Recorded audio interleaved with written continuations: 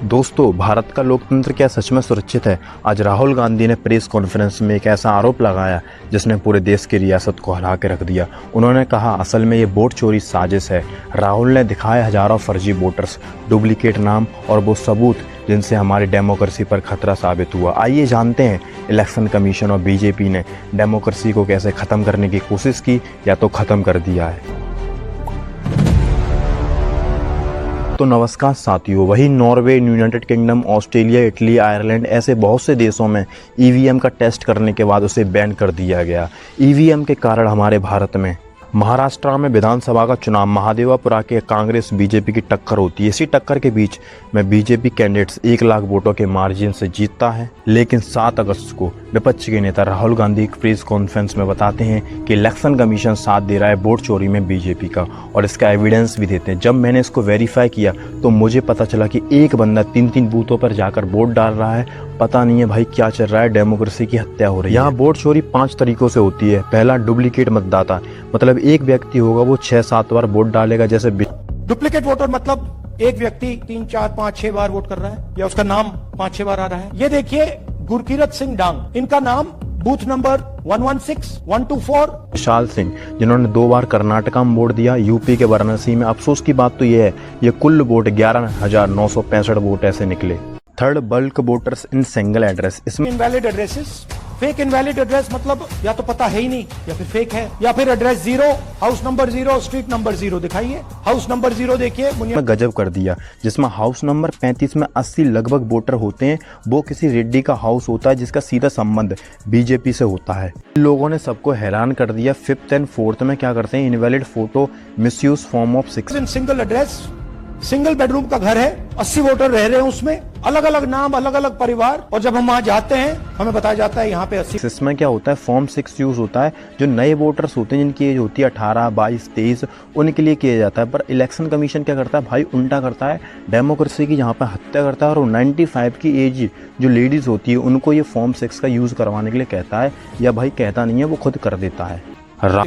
Form 6 नए voters के लिए होती है। पिछले इलेक्शन में जिसने वोट नहीं किया उसके लिए होती है, मतलब 18 से 22-23 की एज होनी चाहिए उसकी। ये राहुल गांधी जितने भी विपक्ष के नेता होते हैं उन्हें बताते हैं और सभी लोगों से मिलकर डिसाइड किया जाता है कि प्रोटेस्ट करेंगे भाई अब वोट चोरी के ऊपर।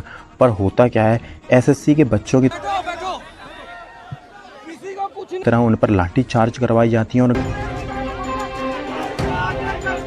घंटों बस में घुमाया जाता है। मोदी जी देखा जाए तो एक तरीके से डेमोक्रेसी की हत्या कर रहे हैं और एक तरीके से देखा जाए तो तानाशाही करना चाहते हैं। और ये बात मैं हवा में नहीं कह रहा हूँ, क्योंकि भारतीय संविधान अनुच्छेद 19 हमें करने की अनुमति देता है। ऐसा ही कुछ हुआ जब किसान अपना हक मांगने के लिए उतरे सड़कों पर होता है क्या, उन पर लाठी चार्ज। अब भाई इलेक्शन कमीशन क्या बोलता है, जो राहुल गांधी ने जो प्रोटेस्ट करी और जो वोट चोरी का आरोप लगाया, इलेक्शन कमीशन बोलता है कि जो भी राहुल गांधी ने बताया है वो भाई एटम बॉम्ब नहीं है, वो फुसफुसी बॉम्ब है। और बिना रिसर्च करे वो बोलते हैं कि भाई राहुल गांधी मिसलीड कर रहे हैं। अगर वो सच्चाई है, उनकी बातों में सच्चाई है, तो वो डिक्लेरेशन ओथ दें और ओथ दें कि वो सही बोल रहे हैं। पर होता क्या, राहुल गांधी इनकार करते हैं, क्योंकि 7 फुट का जो बंडल दिया था इलेक्शन कमीशन ने, वो भैया इलेक्शन कमीशन ने दिया था। अब राजीव कुमार कहाँ गए जो अच्छी अच्छी शायरी सुनाते थे? जब सब सवाल अहमियत रखते हैं, जवाब तो बनता है।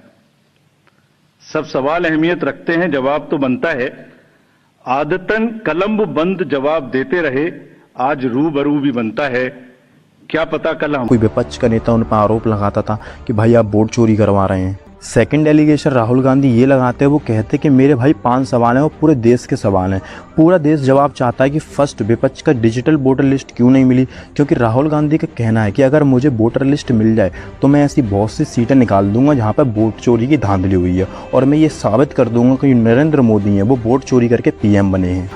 अगर हमें इलेक्ट्रॉनिक डेटा मिल जाए, हम साबित कर देंगे कि हिंदुस्तान का प्रधानमंत्री चोरी करके प्रधानमंत्री बन। सेकंड मांग क्या होती है राहुल गांधी की, सीसीटीवी और वीडियो सबूत मिटाए जा रहे हैं। विपक्ष के नेताओं को धमकाना, क्योंकि अभी रिसेंटली एक न्यूज़ आर्टिकल, एक खबर छपता है कि राहुल गांधी की जान को खतरा है। जिस तरीके से पिता को मारा, दादी को मारा, उसी तरीके से राहुल गांधी जी को मारा जाएगा। और ये मैं नहीं, ये खबरें बोल रही हैं। मैं आपसे सवाल पूछना चाहता हूँ, क्या वास्तव में डेमोक्रेसी जिंदा है? क्या वास्तव में लोकतंत्र जिंदा है? मैं आपसे पूछना चाहता हूँ कि संविधान जिंदा है?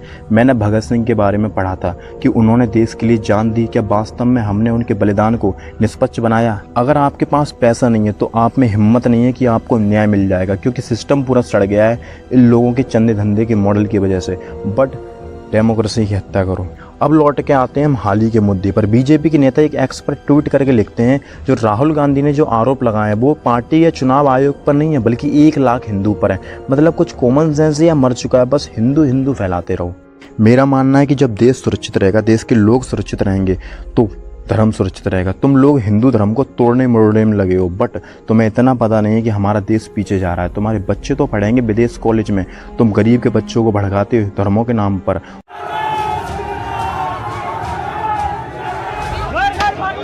उसका क्या होता है? अगर राहुल गांधी ने आपको वोट चोरी का स्कैम पकड़ा है तो उसे मानो।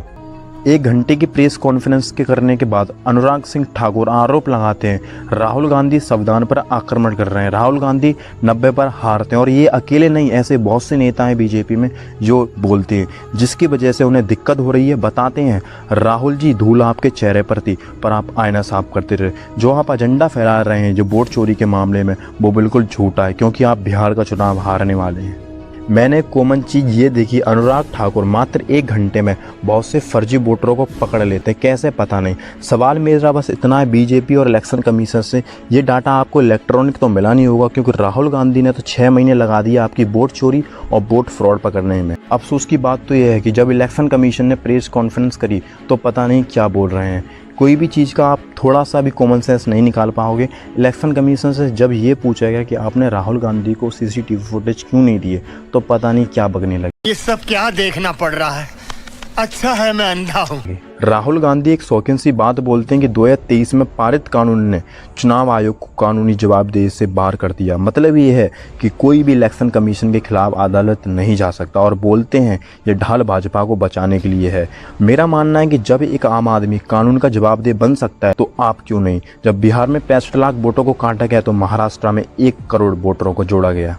मैं यहाँ इलेक्शन कमीशन से सीधा सवाल पूछना चाहता हूँ कि आप क्यों डेमोक्रेसी के साथ खेल रहे हैं, क्यों संविधान के साथ खेल रहे हैं? क्या आपको पता भी है संविधान का मतलब क्या होता है? प्रेस कॉन्फ्रेंस में राहुल गांधी ने सर यानी सेल्फ आइडेंटिफिकेशन रजिस्ट्री को वोट चोरी का नया रूप बताया।